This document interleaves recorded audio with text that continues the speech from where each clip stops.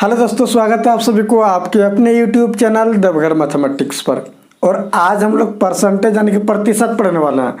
और जिन्होंने प्रतिशत का इससे पहले वाला वीडियो नहीं देखे हैं वो प्लेलिस्ट में जाकर के देख सकते हैं। तो चलिए आज हम लोग परसेंटेज में कुछ आगे बढ़ते हैं। और आज का पहला सवाल है, क्या है पहला सवाल? एक मजदूर एक सप्ते में 60 घंटे काम करते हैं, ठीक है, तथा 2400 रुपया प्राप्त करता है। यदि उसका प्रति घंटे वेतन 40% बढ़ता है, ठीक है, इंक्रीज होता है, तथा कार्य 16.2/3% कम करता है, ठीक है, आय में प्रतिशत परिवर्तन ज्ञात करें। क्या कह रहा है? एक मजदूर एक सप्ताह में 60 घंटे काम करते हैं, ठीक है। सबसे पहले हम डिटेल बताते हैं, उसके बाद शॉर्ट बताएंगे, ठीक। तो कह रहा है एक मजदूर एक सप्ते में 60 घंटे काम करते हैं। एक मजदूर एक सप्ते में 60 घंटे काम करता है, जिसमें कि सैलरी है 2400 रुपया, ठीक है। 60 घंटे काम करते हैं और सैलरी क्या है? 2400 रुपया। 60 घंटे काम करके सैलरी 2400 रुपया लेता है, ठीक है। टाइम 60 घंटे। अब कह रहा है आगे क्वेश्चन में कि यदि उसका वेतन प्रति घंटा 40% बढ़ाया जाए, तो सबसे पहले ये निकालेंगे कि एक घंटा में कितना पैसा कमाता है, यानी कि प्रति घंटा इसका इनकम क्या है ना, प्रति घंटा इसका सैलरी क्या है, तब ना बढ़ाएंगे 40%। तो देखिए 60 घंटे में 2400 रुपया कमा रहा है, 60 घंटे में 2400 रुपया कमा रहा है, तो एक घंटे में कितना कमाएगा? जब इसको 60 से भाग देंगे एक घंटा का निकल जाएगा, यानी कि 40 रुपया पर घंटा कमा रहा, ठीक है। 40 रुपया पर घंटा कमा रहा, पर आवर 40 रुपया कमा रहा। यहाँ तक क्लियर है? अब कह रहा है यदि उसका वेतन प्रति घंटे 40% बढ़ा दी जाए, ठीक है। क्या कह रहा है? यदि उसका वेतन 40% प्रति घंटे बढ़ा दी जाए, तो प्रति घंटे कितना कमा रहा है? 40 रुपया, ठीक है।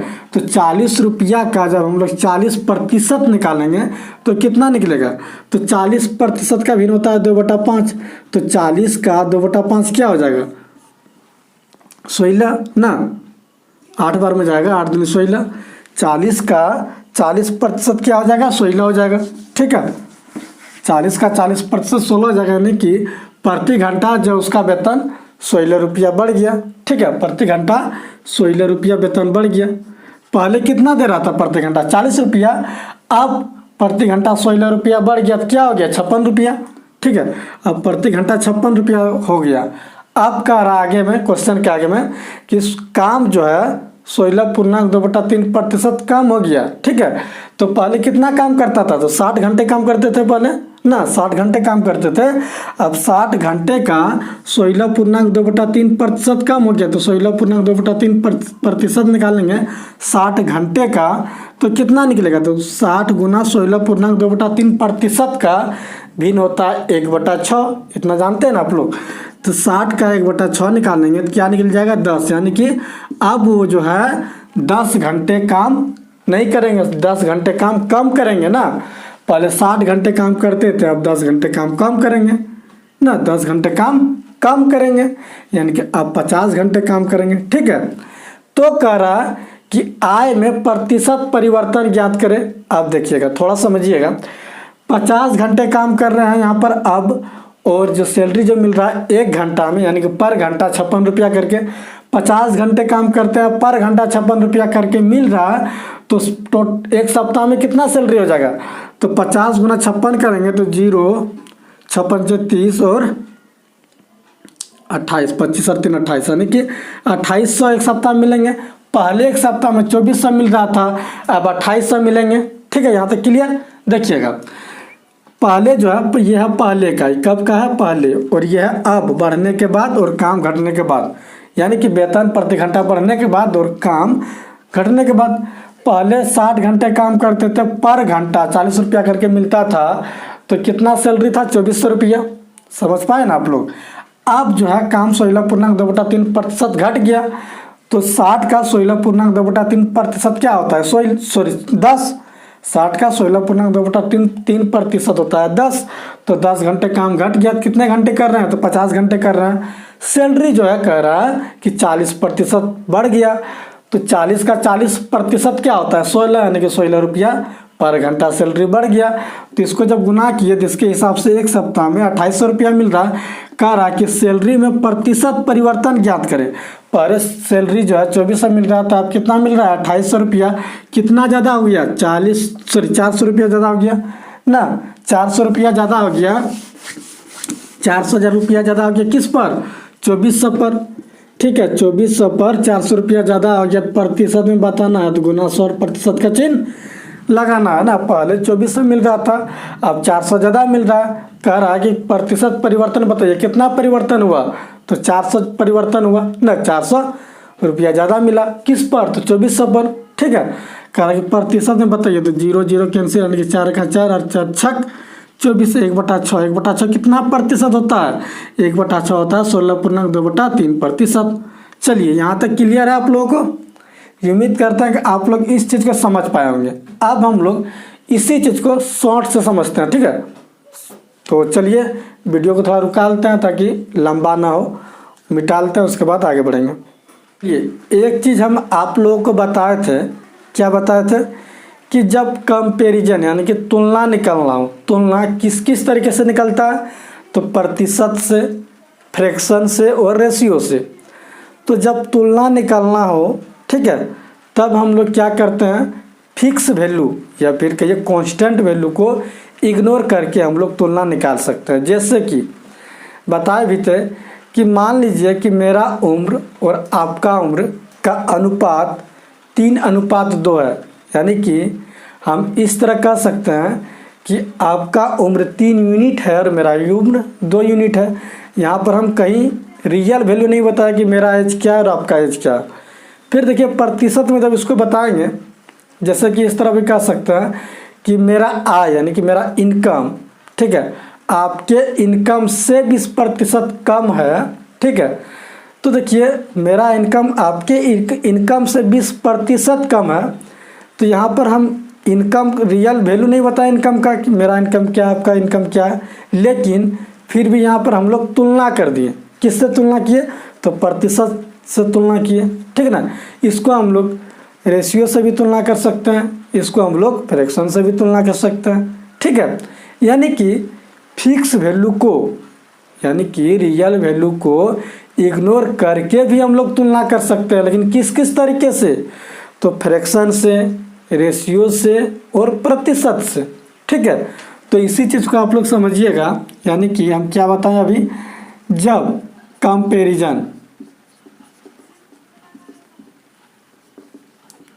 कंपैरिजन यानी कि तुलना निकालना हो कंपैरिजन मतलब तुलना किस किस तरीके से निकलता है, तो तुलना निकलता है प्रतिशत से, फ्रैक्शन से, ठीक है, और रेशियो से। समझते हैं ना आप लोग। तो आपको ठीक है रियल वैल्यू या फिर कांस्टेंट वैल्यू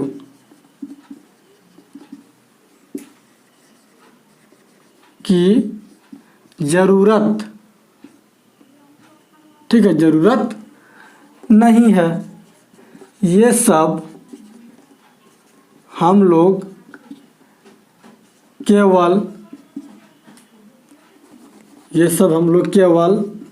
समझिएगा आप लोग कंपैरेटिव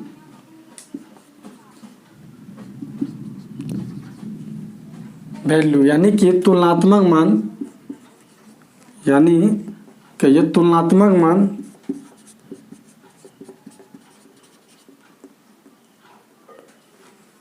मान से निकाल सकते हैं। समझ पाए आप लोग। यानी कि जब हम लोगों को कंपैरिजन यानी कि तुलना निकालना हो, तो ये सब हम लोग जो है कंपैरेटिव वैल्यू यानी कि तुलनात्मक मान से निकाल सकते हैं। तो देखिए तुलना किस किस तरीके से निकलता है, प्रतिशत से, फ्रैक्शन से और रेशियो से। तुलनात्मक मान क्या हुआ, तो तुलनात्मक मान यानी कि हम लोगों को प्रतिशत मिल जाए, ठीक है, तो भी हम लोग तुलना निकाल सकते हैं। समझ रहे हैं ना। हम लोगों को फ्रैक्शन मिल जाए तो भी हम लोग तुलना निकाल सकते हैं, ठीक है। यदि हम लोगों को रेशियो मिल जाए तो भी हम लोग तुलना निकाल सकते हैं।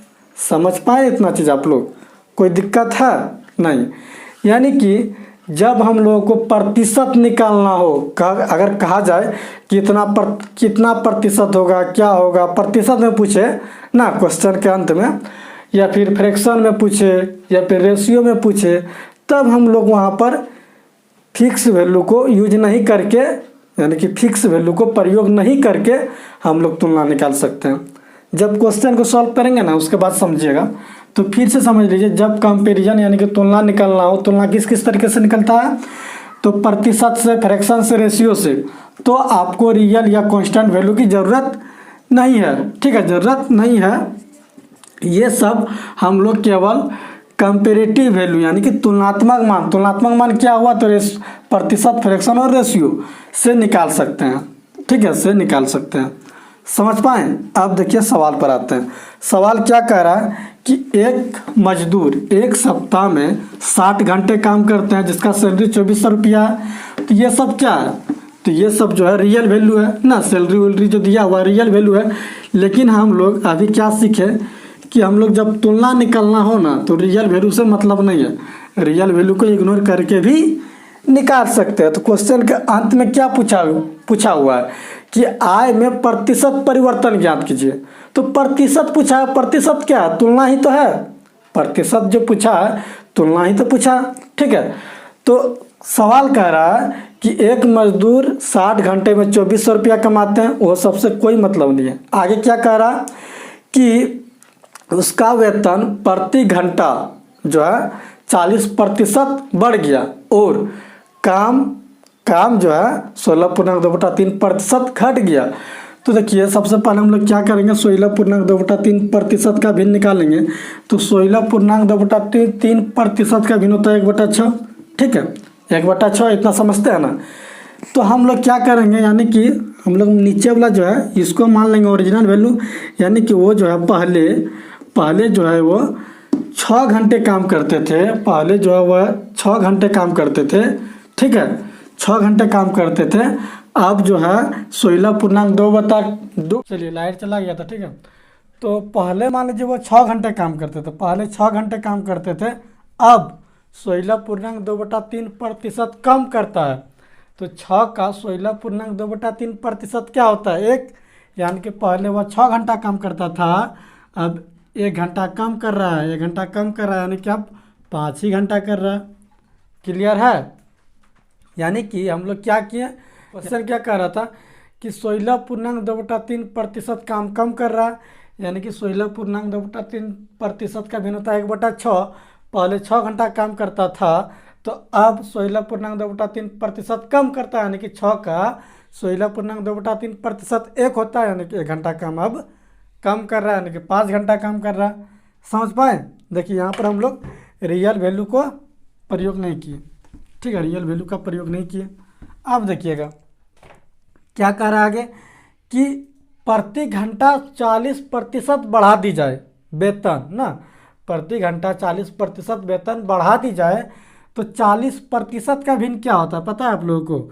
40% का भिन्न होता है 2/5। हम लोग जानते हैं, क्या जानते हैं कि 20% का भिन्न होता है 1/5।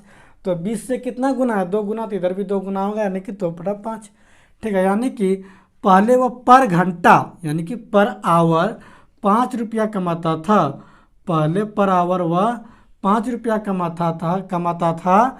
अब 5 का 40% वेतन बढ़ गया, यानी कि अब 2 रुपया ज़्यादा कमा रहा है ना। पहले जो है पर आवर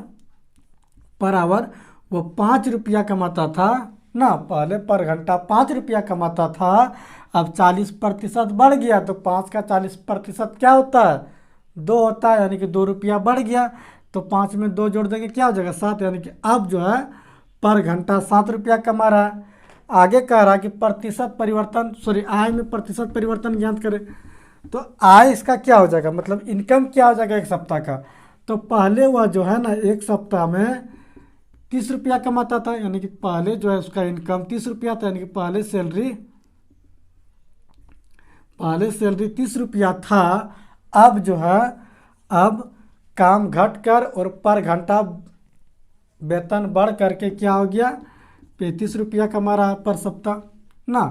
पहले एक सप्ताह में 30 रुपया कमाता था, लेकिन अब काम घटने के बाद और वेतन बढ़ने के बाद, पर घंटा वेतन बढ़ने के बाद जो है 35 रुपया कमा रहा है। कितना ज़्यादा कमा रहा है, 5 रुपया। कितना परिवर्तन हुआ, 5 रुपया ज़्यादा परिवर्तन हुआ। कह रहा है कि प्रतिशत परिवर्तन ज्ञात कीजिए, प्रतिशत में बताना है। तो 5 रुपया बढ़ा किस पर, 30 पर, पहले 30 मिल रहा था, 30 पर 5 रुपया बढ़ा तो 100 पर कितना, प्रतिशत में बताना है। तो 100 से गुना और प्रतिशत का चिन्ह लगाना है, ठीक है। तो 5 का 5 और 6 पंचे 30, 1/6 होता है 16.2/3%। ऐसे भी काटिएगा तो 16.2/3% मिलेगा, ठीक है। तो चलिए उम्मीद करते हैं कि आप लोग इस चीज़ को समझ पाए होंगे। फिर से एक बार समझ लीजिए क्या कह रहा क्वेश्चन, कि एक मजदूर एक सप्ताह में 60 घंटे काम करते हैं, जिसका सैलरी 2400 रुपया है। यदि प्रति घंटा सैलरी 40% बढ़ा दी जाए और काम जो है 16.2/3% काम कर दी जाए, तो आय में प्रतिशत परिवर्तन ज्ञात करें, ठीक है। यही कह रहा क्वेश्चन। अब देखिए हम लोगों ने इसमें क्या किए कि रियल वैल्यू का प्रयोग नहीं किए, ठीक है, रियल वैल्यू का प्रयोग नहीं किए। यानी कि कह रहा कि काम जो है 16.2/3% घट गया, कम हो गया ना। तो 16.2/3% का भिन्न होता है 1/6, यानी कि पहले वह 6 घंटा काम करता था, अब 1 घंटा कम करेगा, यानी कि 5 घंटा कम करेगा। तब कह रहा है कि वेतन जो है ना, आय जो है प्रति घंटा 40% बढ़ गया।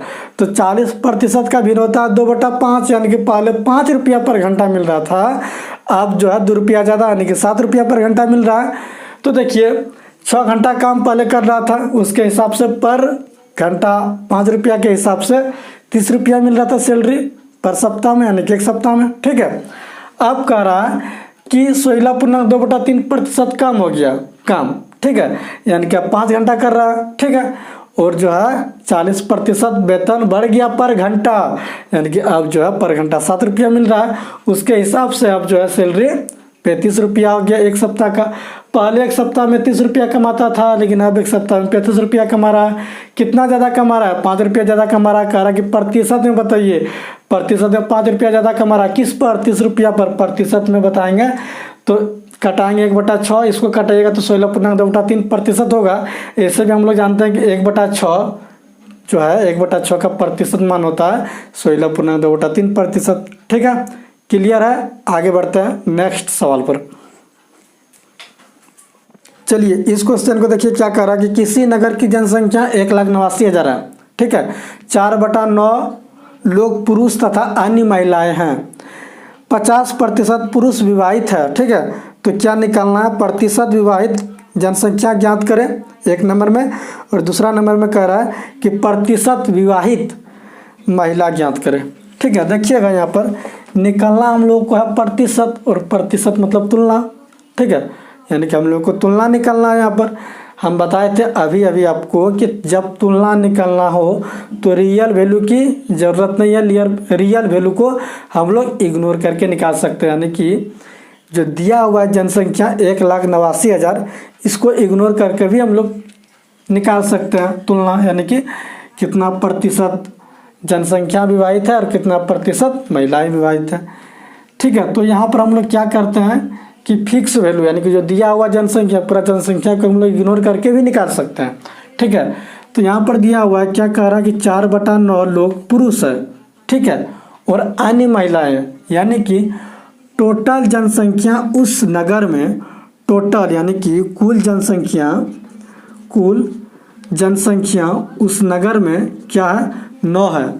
मान लीजिए कि कुल जनसंख्या उस नगर में 9 है, उसमें से पुरुष जो है क्या है, तो 4 है, उसमें से पुरुष 4 है, तो महिलाएं क्या होंगे, 5, ठीक है। टोटल जनसंख्या में पुरुष जो है 4 है, और टोटल जनसंख्या कितनी है यहाँ पर, 9 है, ठीक ना। क्या कह रहा क्वेश्चन कि 4/9 पुरुष और अन्य महिलाएं, यानी कि टोटल जनसंख्या 9 है, तो उसमें 4 पुरुष है, तो महिलाएं कितने होंगी, महिलाएं हो जाएंगे 5 ना, तब दोनों को जोड़ेंगे 9 होगा ना। तो टोटल जनसंख्या है, कुल जनसंख्या 9 यूनिट, उसमें से 4 यूनिट पुरुष है, तो 5 यूनिट क्या है, महिलाएं हैं। अब क्या कह रहा है आगे कि 50% पुरुष विवाहित है, तो 50% पुरुष विवाहित है और उस नगर में 4 पुरुष हैं, ठीक है ना, समझ रहे हैं ना, उस नगर में 4 पुरुष हैं, तो 4 का 50% क्या होगा, 2। 4 का 50% क्या होगा, तो 50% का भिन्न होता है 1/2, यानी कि 4 का 50% 2 होगा, यानी कि 2 पुरुष जो है विवाहित है, 2 पुरुष का शादी हो चुका है, ठीक है। तो 4 का 50% होता है 2, यानी कि 2 पुरुष शादीशुदा है। क्वेश्चन में कोई दूसरा नगर तो दे नहीं रखा है, एक ही को नगर है वहाँ पर, ठीक है, उसी का जनसंख्या जो दिया होगा उसी में से कह रहा है कि 50% पुरुष है, सॉरी 50% पुरुष का शादी हुआ है, तो ये पुरुष का शादी होगा कहाँ होगा, यही महिला में होगा, ठीक है। तो जो पुरुष का शादी 2 पुरुष का शादी हुआ है, तो यही 2 महिलाएं से शादी होगा ना। यहाँ पर ये चीज़ आप लोगों को मानना होगा, क्योंकि क्वेश्चन में और कुछ दिया हुआ नहीं है, समझिएगा आप लोग। ये भी नहीं दिया है कि महिलाएं कितना प्रतिशत शादीशुदा है, ठीक है। यहाँ पर सिर्फ और सिर्फ दिया है पुरुष 50% शादीशुदा है और इस नगर में महिलाएं इतना है, मतलब 5 है, ठीक है। तो 5 महिलाएं हैं और यहाँ पर 4 पुरुष है, और 4 पुरुष में 50% शादीशुदा है, यानी कि 2 पुरुष शादीशुदा है, तो शादी यही महिलाएं से करेगी ना। इतना चीज़ आप लोगों को मानना होगा, तो यही महिलाएं से शादी करेगी ये, यानी कि महिलाएं कितनी शादीशुदा है, तो महिलाएं भी 2 शादीशुदा होंगे ना। इतना चीज़ समझते हैं ना आप लोग। अब क्वेश्चन में कह रहा है कि हमको ये बताइए, एक पहला क्वेश्चन नंबर क्या है, तो प्रतिशत विवाहित जनसंख्या ज्ञात करें। प्रतिशत विवाहित जनसंख्या, तो टोटल जनसंख्या कितना है, तो 9, टोटल जनसंख्या 9 है, 9 में से कितना शादीशुदा है, तो 2 पुरुष शादीशुदा है और 2 महिलाएं शादीशुदा है। टोटल 9 जनसंख्या में से 2 पुरुष और 2 महिलाएं शादीशुदा है, यानी कि 4 लोग शादीशुदा है। यहाँ पर प्रतिशत में निकालना है टोटल जनसंख्या का, तो प्रतिशत में निकालने के लिए गुना से और प्रतिशत का चिन्ह लगाएंगे, तो 1/9 कितना 4/9 कितना प्रतिशत होता है, तो 4/9 हो जाएगा 44.4/9% ना। हम लोग जानते हैं, क्या जानते हैं कि 1/9 जो है ना 11.1/9% होता है, ठीक है। तो ये तो 4 गुना है ना, तो 4 गुना करेंगे 4/9, तो 4 गुना इधर भी होगा, यानी कि 44.4/9%। इतना समझते हैं ना आप लोग, इतना तो समझते होंगे, ठीक है। ये बेसिक में सबसे पहले हम बता चुके हैं। अब दूसरा नंबर कह रहा है कि प्रतिशत विवाहित महिलाएं ज्ञात करें। तो महिला जो है यहाँ पर 2 महिला शादीशुदा है, महिलाएं 2 महिलाएं शादीशुदा है, 2 महिलाएं शादीशुदा है। टोटल महिला कितने हैं, 2 महिलाएं शादीशुदा है, टोटल महिला 5 है, टोटल 5 में से 2 महिला शादीशुदा है। कह प्रतिशत में बताइए, तो गुना से और प्रतिशत का चिन्ह लगाएंगे, कितना प्रतिशत होगा, तो 40% होगा। 40% महिलाएं शादीशुदा है, 40% महिलाएं शादीशुदा है और 44.4/9% पुरुष शादीशुदा है, ठीक है। दिखाई पड़ रहा है ना, चलिए दिखाई पड़ रहा होगा, ठीक है। समझिए फिर से क्या कह रहा है कि एक नगर में 1,89,000 जनसंख्या, जिसमें कि 4/9 पुरुष तथा अन्य महिलाएं हैं, तो 4/9 पुरुष, यानी कि 4 पुरुष है, तो टोटल उस नगर में जनसंख्या 9 है, 9 में से 4 पुरुष है, तो महिलाएं 5 होंगे, ठीक है। तो कह रहा है कि पुरुष जो है 50% शादीशुदा है, तो 4 का 50% 2 होता है, यानी कि 2 पुरुष शादीशुदा है। ये जो पुरुष है ये कहाँ शादीशुदा करेगा, ये महिलाएं से शादी करेगा ना। ये 2 पुरुष जो है और कुछ दे नहीं रखा है, तो हम लोग समझेंगे कि यही महिलाएं से शादी करेगा ये, ठीक है। यानी कि 2 पुरुष शादीशुदा है, 2 महिलाएं शादीशुदा है। पहला क्वेश्चन निकालने का रहा है कि टोटल जनसंख्या का विवाहित प्रतिशत ज्ञात करें ना, यही कह रहा है प्रतिशत विवाहित जनसंख्या ज्ञात करें। तो टोटल जनसंख्या 9 है, 9 में से टोटल कितना लोग शादीशुदा है, तो 2 पुरुष 2 महिलाएं, यानी कि 4 लोग शादीशुदा है टोटल 9 में से। तो प्रतिशत बताना, तो 44.4/9% क्या टोटल जनसंख्या शादीशुदा, कुल जनसंख्या शादीशुदा, जनसंख्या शादीशुदा, यहाँ पुरुष हम लिख दिए थे, जनसंख्या शादीशुदा है कितना, टोटल जनसंख्या का, कुल जनसंख्या का इतना प्रतिशत शादीशुदा है, ठीक है। और महिलाएं जो है यानी कि 40% महिलाएं शादीशुदा है। टोटल महिलाएं पाँच है, 5 में से 2 महिलाएं शादीशुदा है, यानी कि 40% शादीशुदा है, ठीक है। क्लियर है। यहाँ पर आगे बढ़ते हैं। इस क्वेश्चन को देखिए क्या कह रहा है, किसी फैक्ट्री में काम की मात्रा 50% बढ़ जाए तो आदमियों की संख्या में कितने प्रतिशत की वृद्धि की जाए कि काम पूर्व निर्धारित समय में ही पूरा कर लिया जाए, ठीक है, तथा नए मजदूरों की कार्य क्षमता पुराने वाले से 25% क्या अधिक है, ठीक है। देखिएगा क्वेश्चन कह रहा है कि एक फैक्ट्री की काम की मात्रा 50% क्या हुआ, बढ़ गया तो आदमियों की संख्या में कितने प्रतिशत वृद्धि की जाए कि काम पूर्व निर्धारित समय में ही पूरा कर लिया जाए तथा नए मजदूरों की कार्य क्षमता पुराने वाले मजदूरों से 25% अधिक है, ठीक है। तो मान लीजिए कि जो फैक्ट्री में काम हो रहा है तो पेन बनाने का काम हो रहा है, क्या बनाने का, कलम बनाने का काम हो रहा है, ठीक है।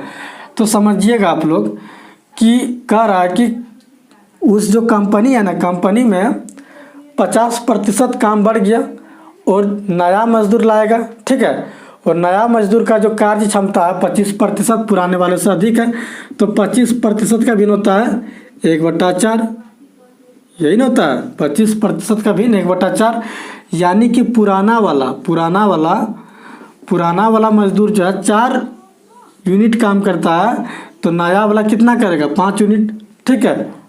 पुराना वाला जो है मजदूर 4 काम करता है तो नया वाला क्या करेगा, 5, यानी कि कलम समझ लीजिए, कलम बना रहा, मान लीजिए कलम बना रहा, तो पुराना मजदूर जो है एक दिन में 4 कलम बनाता है तो नया मजदूर जो है एक दिन में 5 कलम बनाता है।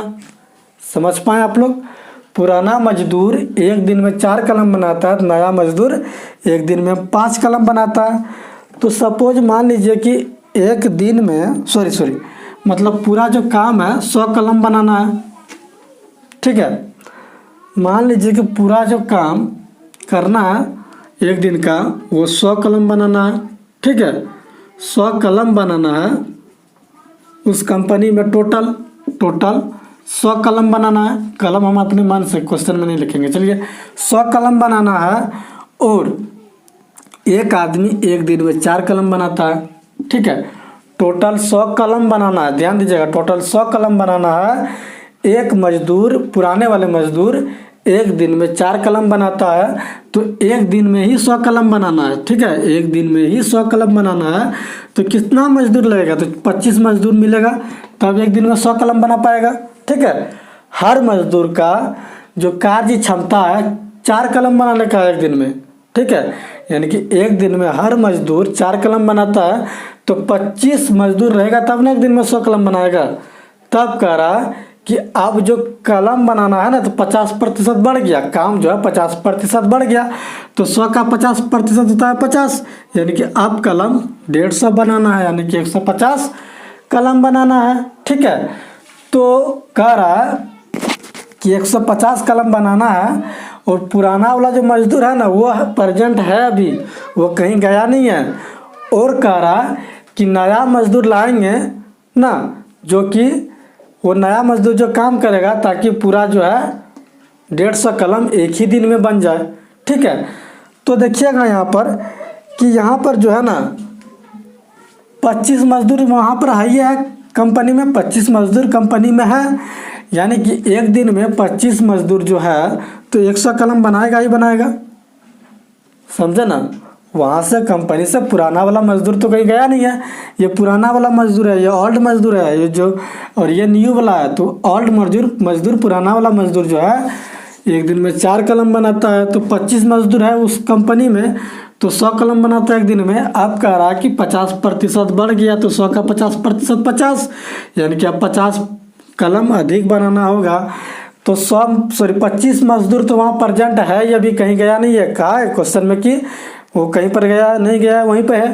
कह रहा है कि नया मजदूर लाएंगे जिसका कार्य क्षमता जो है पुराने वाले से 25% अधिक है, यानी कि पुराना वाला यदि एक दिन में एक मजदूर 4 कलम बनाता है तो नया वाला जो है ना एक दिन में 5 कलम बनाएगा एक मजदूर। तो 100 कलम तो बना चुका है पुराना वाला मजदूर। अब बचा कितना है, 50 कलम बचा है बनाने के लिए। 50 कलम बचा है बनाने के लिए और एक मजदूर जो नया वाला मजदूर है 5 कलम बनाता है एक दिन में। तो कितना मजदूर है मिल के बनाएगा 50 कलम, तो 10 मजदूर मिल के बनाएगा 50 कलम। ठीक है, यानी कि अब जो है 10 मजदूर नया बढ़ाना होगा। ठीक है, 10 मजदूर नया बढ़ाना होगा। ठीक है, तब जो है कार्य जो है एक दिन में 50% अधिक हो जाएगा। ठीक है, यानी कि काम एक दिन में ही समाप्त कर पाएगा। कह रहा कि प्रतिशत में बताइए कि कितना प्रतिशत मजदूर बढ़ाना होगा। पहले कितना मजदूर था, 25 मजदूर था, अब 10 मजदूर बढ़ गया तो प्रतिशत बताना, तो गुना 100 प्रतिशत का चिन्ह लगाएंगे। ठीक है, पहले 10 मजदूर था, पहले 25 मजदूर था, अब 10 मजदूर बढ़ाना होगा तो कह रहा प्रतिशत में बताइए। तो प्रतिशत में बताइए ना, तो 2 पंचे 10। ठीक है, और 25 25, 2/5 कितना प्रतिशत, तो 40%, यानी कि 40% मजदूर क्या होगा बढ़ाना होगा। ठीक है, चलिए इसी क्वेश्चन को हम लोग दूसरे तरीके से करते हैं। ठीक है, कि मान लीजिए कि मजदूर 100 मजदूर है। ठीक है, चलिए इसको मिटालते हैं सबसे पहले। चलिए इसी क्वेश्चन को हम लोग दूसरे तरीके से कैसे करते हैं, देखिए कह रहा कि किसी फैक्ट्री में 50% काम बढ़ गया। ठीक है, और नया जो मजदूर है उसका कार्य क्षमता 25% अधिक है। ठीक है, तो 25% का भिन्न होता है 1/4, यानी कि पुराना मजदूर एक दिन में 4 कलम बनाता था तो नया मजदूर जो है एक दिन में 5 कलम बनाएगा। इतना समझता है ना।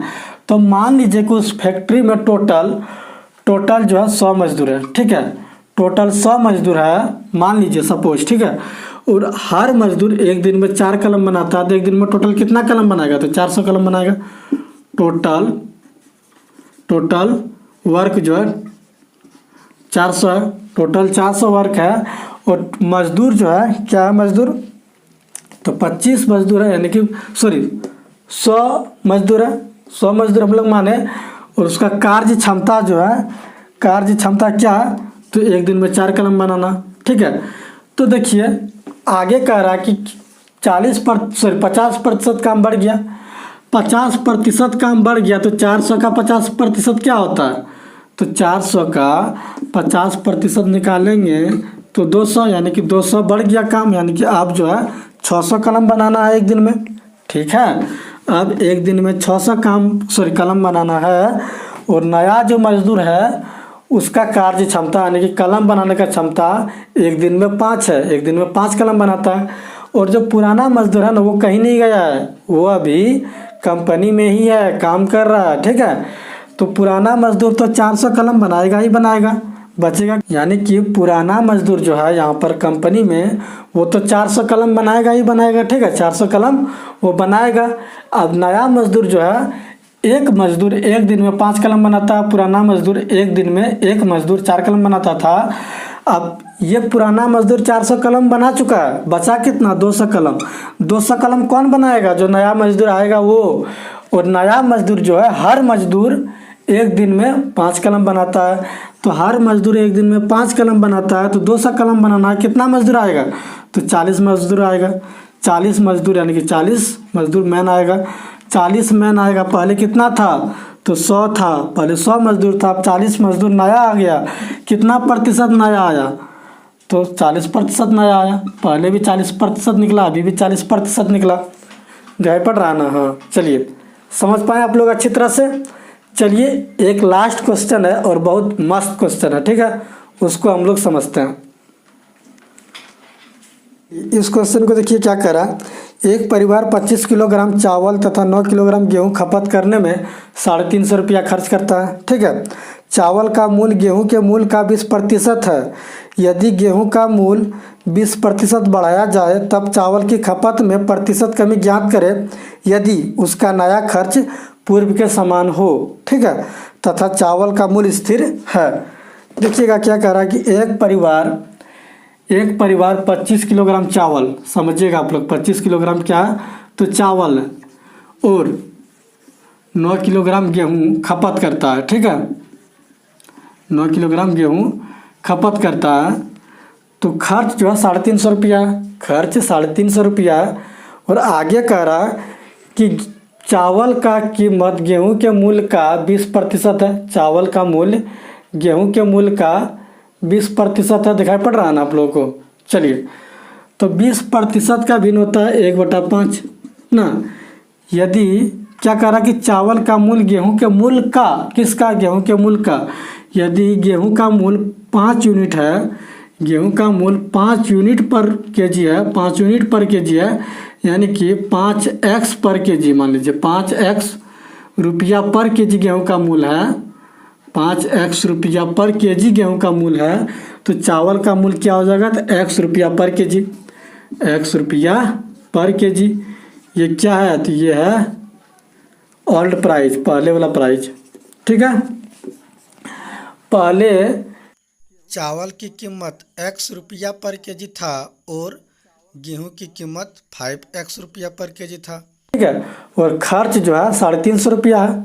खर्च पूरा क्या है, तो 350 रुपया। ठीक है, समझ पाए। 5x और x कहाँ से लाए, तो 20% कह रहा है कि चावल का कीमत गेहूं का कीमत से 20% है। तो गेहूं का, किसका, गेहूं का, तो 20% का भिन्न होता है 1/5। यदि गेहूं का कीमत 5x पर केजी है, तो चावल का कीमत x रुपया पर केजी है। कह रहा है कि खर्च जो है 350 रुपया। समझ पा रहे हैं ना आप लोग। तो देखिए 25 किलो चावल लेंगे और x रुपया पर केजी के हिसाब से है, तो कितना रुपया पड़ जाएगा, तो 25x रुपया पड़ेगा। ठीक है, और जब गेहूं लेंगे 9 किलो गेहूं और 5x रुपया पर केजी के हिसाब से, तो 9 × 5 = 45, यानी कि 45x रुपया लग जाएगा ना, 45x रुपया लग जाएगा। तो इतना खर्च होगा। और क्वेश्चन के अकॉर्डिंग कह रहा है कि 350 रुपया खर्च हो रहा है, 350 रुपया खर्च हो रहा है। तो यहाँ से हम लोग x का मान निकाल सकते हैं ना। जोड़ेंगे तो क्या हो जाएगा, 70x बराबर 350, तो x बराबर 5, यानी कि x बराबर 5 आया। तो हम लोग कह सकते हैं कि चावल का मूल्य जो है 5 रुपया पर केजी है। ठीक है, और गेहूं का मूल्य 25, यानी कि 25 रुपया पर केजी है। यहाँ तक कोई दिक्कत नहीं। समझ पाए आप लोग। यहाँ से हम लोग x का मान निकाल लिए। इसको शॉर्ट से भी करेंगे, ठीक है, टेंशन मत लीजिए आप लोग। पहले डिटेल कर लेता है। अब देखिए क्या कह रहा है कि आगे क्वेश्चन में क्या कह रहा है, यदि गेहूं का मूल्य 20% बढ़ाया जाए ना, गेहूं का मूल्य 20% बढ़ाया जाए, तो अभी जो है 5 रुपया पर केजी ले रहा है गेहूं का मूल्य, तो 25 रुपया पर केजी गेहूं का मूल्य ले रहा है, तो 25 रुपया पर केजी अभी गेहूं का मूल्य है। ठीक है, प्राइस 25 रुपया पर केजी गेहूं का है। तो क्या कह रहा है कि 20% गेहूं की कीमत बढ़ा दी जाए। तो 25 का 20% क्या होगा, 25 का 20% क्या हो जाएगा, तो 25 का 20% हो जाएगा, 20% का भिन्न क्या होता है, तो 1/5। तो 25 का 20% हो जाएगा 5। ठीक है, यानी कि 5 रुपया जो है, ये 20% गेहूं की प्राइस बढ़ गया, यानी कि 5 रुपया पर केजी गेहूं की कीमत क्या हो गया, तो बढ़ गया। तो अब गेहूं की कीमत क्या होगा, तो 30 रुपया पर केजी हो गया। 30 रुपया पर केजी गेहूं की कीमत अब हो गया। ठीक है, और कह रहा है कि क्वेश्चन के अंत में आप लोग पढ़िए। क्वेश्चन के अंत में क्या कह रहा है कि चावल का मूल्य स्थिर है। चावल का मूल्य अभी भी 5 रुपया ही पर केजी है, 5 रुपया ही पर केजी है अभी भी। ठीक है, ये हो गया न्यू प्राइस। न्यू प्राइस निकाल लिए कि अभी भी चावल की कीमत 5 रुपया ही पर केजी है और गेहूं की कीमत जो है 20% बढ़ के, यानी कि 30 रुपया पर केजी हो गया। कह रहा कि चावल में कितना खपत करना चाहिए ताकि खर्च समान रहे, यानी कि खर्च जो है, पैसा जो खर्च है 350 ही हो। ठीक है, तो देखिए 9 किलो चावल 9 किलो गेहूं लेंगे और 30 रुपया पर केजी हिसाब से, तो कितना हो जाएगा, यानी कि 9 × 27, यानी कि 270 रुपया खर्च होगा गेहूं पर। ठीक है, गेहूं पर 270 रुपया खर्च होगा और मेरे पास अभी भी 350 रुपया खर्च करने के लिए पैसा है। कह रहा है ना क्वेश्चन में। देखिए क्या कह रहा है कि खर्च जो है पूर्व के समान हो। जो पहले खर्च हो रहा था 350 रुपया, अभी भी 350 रुपया खर्च होना चाहिए। ठीक है, तो हम लोग आटा तो 9 किलो ले लिए, यानी कि गेहूँ 9 किलो ही ले लिए, यानी कि 270 रुपया का गेहूँ ले लिए। गेहूं में कमी नहीं करने के लिए कह रहा है। किस में कमी करने के लिए कह रहा है, चावल में, यानी कि चावल में कितना प्रतिशत खपत कर दी जाए ताकि जो है खर्च समान रहे। तो देखिए अभी भी 350 रुपया ही खर्च करेंगे, जिसमें कि हम लोग 270 रुपया खर्च कर चुके हैं। किस में? तो गेहूं में ना।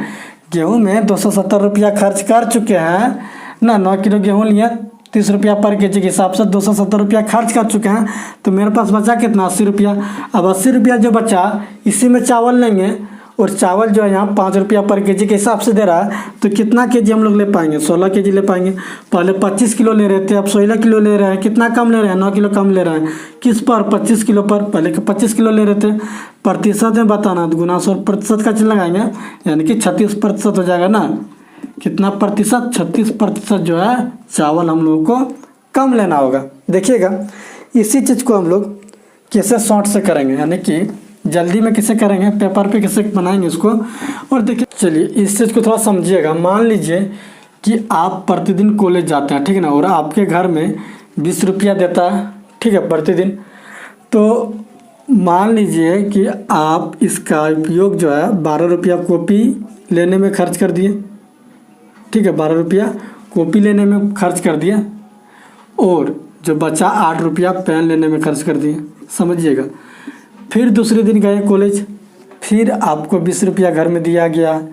तो उसमें आप क्या किए कि क्या कि 15 रुपया का कॉपी ले लिए, ठीक है, 15 रुपया का कॉपी ले लिए।